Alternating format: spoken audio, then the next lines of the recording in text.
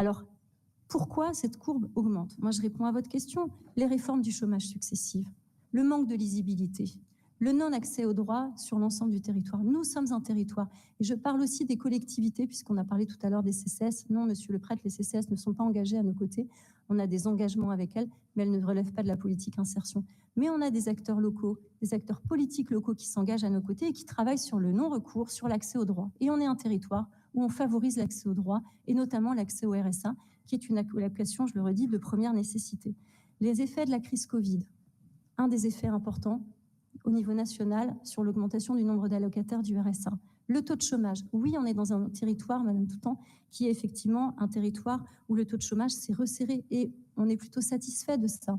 Mais vous le savez bien, quand on est dans un taux de chômage resserré, les marges de manœuvre de l'emploi sont encore plus difficiles.